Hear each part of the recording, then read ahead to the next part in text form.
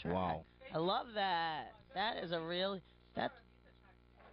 Abisa La Carisma Radio. I love that. It's Only Love. Is that the one that's going to be on Ugly Betty? No, actually, that's a different song entirely. Oh, gotcha. But this, we're lucky enough that someone is going to be using this for a gay marriage, an event that they're doing for promoting gay marriage. Because it's true. I saw in the papers today, New York is next. I mean, Maine just happened. Oh. Skeleton. Speaking of gay marriage. Skeleton in the Closet, Allison. This is a segment we do on our show where she wanted to plug one more thing. Let me ask you something. Do you believe in gay marriage? Me personally? Yeah, Allison. I don't actually believe in marriage, but if I were to believe in touche. marriage, I think it should be everybody. I think that's why. So the answer is no, you don't believe in gay marriage, since you don't believe in marriage at all. I don't believe in straight marriage. Let me put it that way. What about you, Ruth? Do you believe in gay marriage? Well, I have to second her nomination. Do you think her nomination? She didn't nominate anybody. She nominated marriage as being bogus and it's like a double four-letter word, marriage. It's just like. Let me ask you something. Are both of you in bad relationships? Not at all. No, not at all. Are but you, I think Allison, there's pressure about it. Have you had a bad experience being married by any chance? I am an African-American woman, yeah. and I'm with a partner who's Caucasian. And up until 1955, that was, in the eyes of the law, that was an abomination. That couldn't happen. Were you around in 1950? You don't look that. I wasn't around in 1955, but I do know my history, and I do think that anything that you say, some people can do it and some people can't, is complete crap. Right. So, if you want to get married, I love the party. Yeah. I love the champagne and all that, but I kind of don't really buy it all the way. Yeah. But I think if some people are going to be able to do it, everybody should be able to. Yeah. That's why I do believe in gay marriage. Yeah. Right. People who love each other should be able to live and love whoever they feel like. Absolutely. Well, I also think that everybody should get a tax break. If you're going to be raising kids or whatever, right. That's the only thing I can think of. If you're coming together in any way, shape, or form as any kind of family, and you're going to get a tax break, everybody should get it, not just some people. Yeah. Right. That's how I feel. But listen, let me tell you about one other thing that I am doing. Yes, please do. Really and then we get the skeleton. Okay. I'm doing a band with my partner called Pleasure Dog, and we've been doing it for a lot of times. We call Pleasure Dog the kind of music you dance around to with a cocktail in your hand, and the kids are invited too. And with a cocktail in their hand? We're doing a very big fundraiser for Dr. David Ores on the Lower East Side. If you look up lowereastsidemedical.com, you'll see there's this amazing doctor who has decided to not charge. He has said there are too many people who don't have access to any kind of medical treatment, and I'm not going to be charging you. Give me what you can.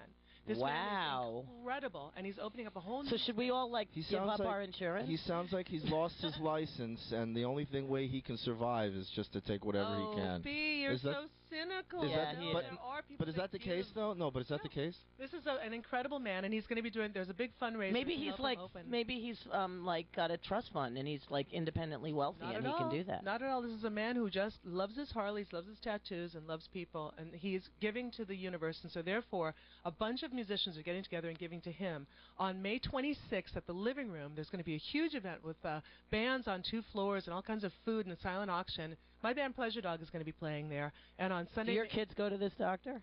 No, they don't actually. Okay. They don't. But, is there any particular reason why they don't go to the doctor? Well, because I think that it's a sliding scale, and I think that people who need it a little bit more than me should go to him. I don't think we should overload, but I think that there should be a lot more doctors that are doing Rue, would you take your kids to this doctor? Absolutely. Okay, he's a fantastic guy, and he's fun, and he's just exactly what you want in a doctor. Anyway, so there's this huge fundraiser on May 26th. I like doctors who charge, to be honest with you. Well, that's good. That's good. Well, you can go to the most expensive doctor there is, but everybody else go to the Living Room on May 26th to see them. I like to pay. I like to get my When do you go worth. to the doctor? I never go to the doctor. Exactly. Anyhow, I think it sounds fantastic. I'd like to just meet him anyway. Oh, yeah, he's a great guy. He sounds pretty cool to me. Hey, listen, anybody who's putting positive stuff in the universe is fine by me. Me too. So, I'm very suspicious, and I don't trust anyone. Should we hold our skeleton and invite Joy in? Joy, come. No. Let's give Allison her time. All right. I think that would be fair. Yes, what if I hold your skeleton? That's what I want to know. Well, should I be worried? Not at all. Okay. We want to know a skeleton in your closet. You want to know a skeleton? Yeah, just one. What do you mean? In what way? There's so many. I'm not exactly sure which one. Just pick one, Allison, and tell the world. Something that people don't know. Yeah. Already? Gee, God. Some hidden little treasure. A hidden treasure to share with the world that on everybody RewBee's can world. See. Could be in your pants or in your closet or wherever. Well, I will tell you one thing, and that is when I was 12 years old, I shoplifted something at a Air Force base, and unfortunately, it was in the middle of a beauty pageant that I didn't really want to be in the first place.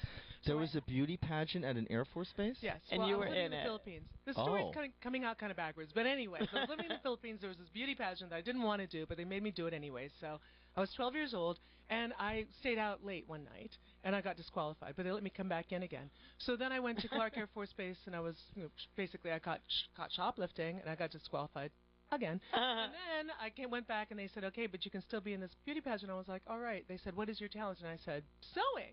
Went out and bought a bunch of clothes, put them on my friends, and said, here you go. Here's my go out on the runway. And so I was disqualified the third and final time. I don't know if that's a skeleton in my closet, but it's something that I don't usually show. That's pretty good. Wow. All right. You're right up there with Miss California, baby. Allison, thank you. And Allison, we're going to bring in Joy. You want to hang out? Joy, come in, Joy. Terrific.